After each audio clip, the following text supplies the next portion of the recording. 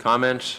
We welcome the Assistant Secretary for Health, Mr. Windom, and glad to have him here before our committee, and the Surgeon General, have him back before this committee. He's produced a very excellent report on this issue previously, and I think has really demonstrated a very significant and important leadership for our country, and I commend you, Dr. Koop. We look forward to your testimony.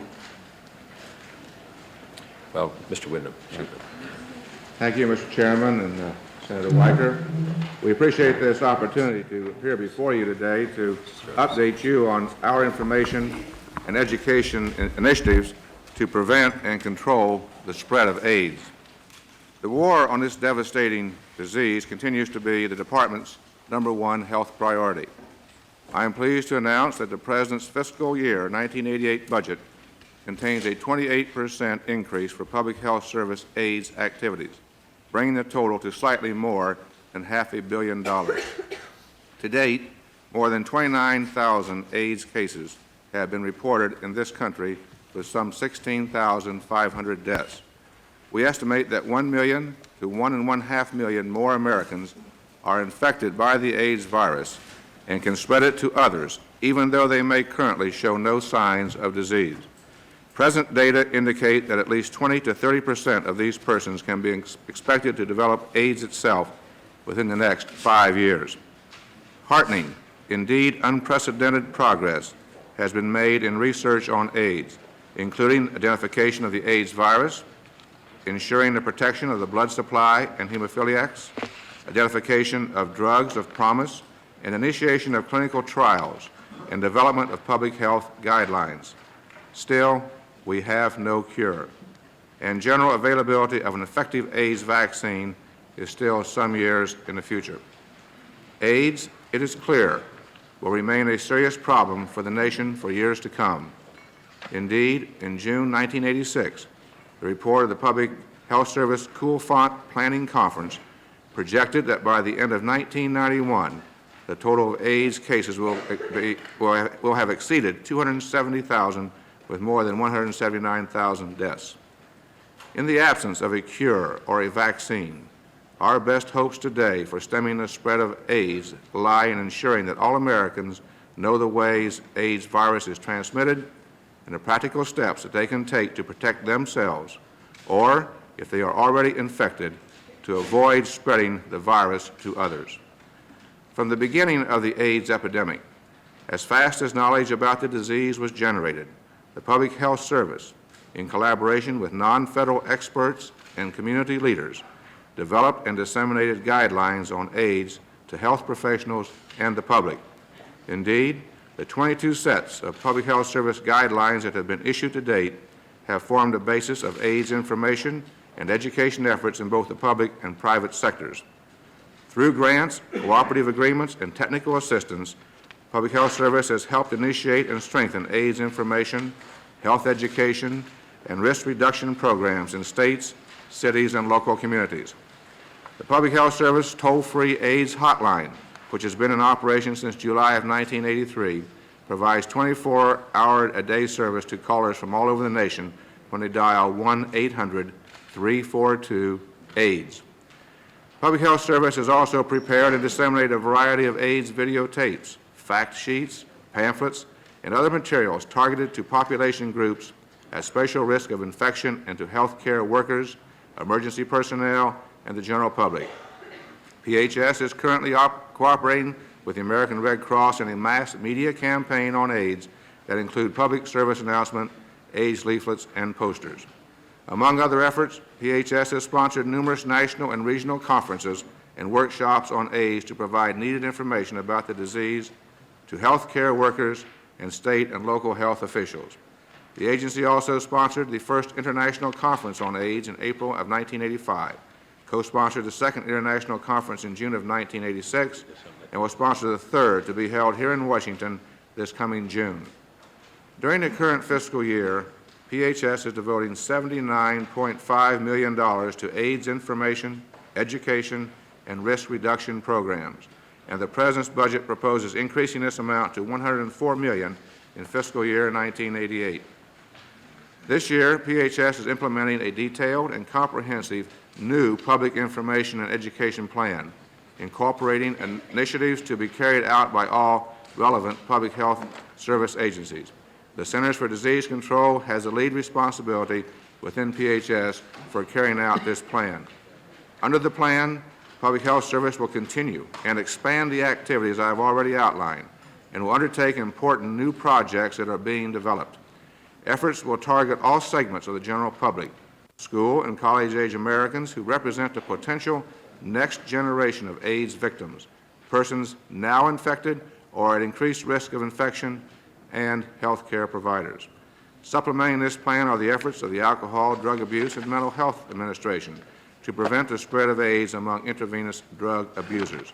AIDS infection among IV drug abusers represents a primary source of spread to heterosexuals, leading to perinatal infection and serving as a particular problem for minority populations. Successful execution of the PHS plan will require action from and cooperation among state, county, and municipal governments, professional and service organizations, the private sector, and other departments of the federal government. We expect that non-federal entities applying their own resources and ingenuity will build upon and further disseminate the materials and information developed through federal dollars, thereby creating a multiplier effect. An important boost to the AIDS information efforts was provided last October by publication of the Public Health Service Surgeon General's Report on AIDS to the American public. Public Health Service has undertaken extensive dissemination of this report, which has also been reprinted in full in a number of outside publications. And I want to take this opportunity to introduce to you Dr. C. Everett Koop, who gave that report and who works with us in our Public Health Service as we lead this effort on AIDS education, having just recovered from very serious surgery, is back in full line of duty again. Mr. Chairman, in February of 1986, during a visit to the Department of Health and Human Services, President Reagan asked me to report to him and to the American people on just what the AIDS threat was all about. Although the United States Public Health Service and other public and private organizations had been disseminating current and accurate information about AIDS, there was still much misinformation circulating about the disease and the people at high risk. The greatest human fear is fear of the unknown. Therefore, the President directed me to lay before the American people everything that was known and to do that in plain English. From that day on, barely a day went by over the next 8 months that I was not involved in that assignment in some way. I was sure that an objective report on the health and medical aspects of AIDS could be produced despite the presence of many sensitive and controversial issues. I also consciously tried to make sure that the Surgeon General's report on AIDS did not merely reflect my own or any single person's values, opinions, or prejudices. To that end, I made the maximum possible effort to secure the advice and counsel from a broad spectrum of concerned individuals and organizations. I consulted with the best medical and scientific experts available from within and outside the government, but I also met with leaders of many organizations concerned with the health, education, and social well-being of the American people. I wanted to hear what they too had to say about the threat of the AIDS virus. The response to my request, I think, has been nothing short of extraordinary. For example, Mrs. Ann Kahn, the president of the National Parent Teachers Association, wrote to tell me that she and her colleagues benefited greatly from our meeting and went on to say that she would be happy to share a copy of our report with 25,000 local PTA units. And then President Mary Hatwood Futrell of the National Education Association told me she had ordered 3,000 copies of the report for distribution to national education leaders. After I met with Larry Braidfoot and his colleagues from the Christian Life Commission of the Southern Baptist Convention, the largest Protestant denomination, he said the meeting had been very helpful, one in catalyzing within their group a focus for a growing concern about the problem and its threat to our society and its families. And finally, after a joint consultation on AIDS with the Synagogue Council of America, Rabbi Henry Michelman assured me that the council wished to cooperate with me in every way possible. Those are just a few examples, Mr. Chairman, that I could offer. but I have attached to the concluding page of my statement a list of all 26 organizations with which I worked. Finally, when it came to the actual writing, for which I personally take full responsibility, I tried to be as sensitive as possible to certain feelings that had been shared with me by many of those same individuals and organizations, yet not be so sensitive as to prejudice the objective information in any way. Thanks to the contribution of many, I was able to produce a report which I believe reflects a wide range of experience with this disease and with many of the key issues that surround it. It presents in plain English all the most up-to-date, pertinent, and factual information that the American people need to protect themselves and their loved ones from the spread of AIDS. I finished the manuscript this past September. I presented it to the Health Work Group of the White House and to the Cabinet Council on Domestic Policy, and they accepted my report without change and sent it on to the President. And I would like to submit a copy of this for the record, sir. I would like to emphasize, too, Mr. Chairman, that throughout this assignment, I was accorded full independence to pursue the research and writing of my report in whatever manner I thought appropriate, and at no time did anyone try to exercise any undue influence on the outcome.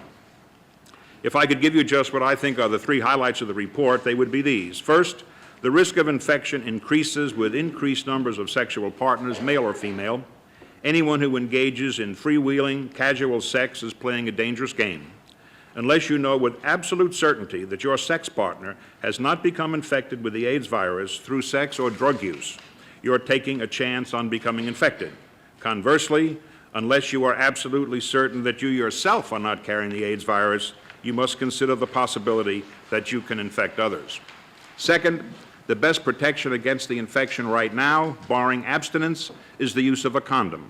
A condom should be used during sexual relations from start to finish with anyone who you are not absolutely sure is free of the AIDS virus. And third, we need to get the facts about this disease to every American. The Public Health Service has a responsibility to provide clear and accurate information about AIDS to all segments of our society. In particular, our youth must understand that sexual activity and IV drug use can lead to AIDS. The Public Health Service will provide educators with requested factual and timely information about AIDS, but families, along with parent and community groups and state and local school boards, have the primary responsibility for educating the young. These groups should determine how best to employ this information with consideration of their own values to achieve the goal of preventing AIDS among young people. Mr. Chairman, I believe the threat of AIDS is serious enough to permit the kind of education that emphasizes the prevention of AIDS and other sexually transmitted diseases. The need is critical, and the price of neglect is high. As part of our own education and information effort, we have already distributed 250,000 copies of the Surgeon General's report on AIDS in answer to telephone and mail requests. And in addition, such publications as the Journal of the American Medical Association, the Los Angeles Times, have reprinted the report in full for their readers. And we have made camera-ready copies available to a number of national organizations who wish to do their own printing and distribution, and one of these has gone to every health officer of each of the 50 states. The report has been copied elsewhere. For example, the governments of France and Australia have informed us that they intend to reprint and distribute the report among their own citizens. With this kind of reception, Mr. Chairman, I believe the Surgeon General's report on AIDS is having the salutary effect the President had hoped for, not only here in the United States, but elsewhere in the world as well. Thank you, Mr. Chairman. I'd be pleased to answer any questions.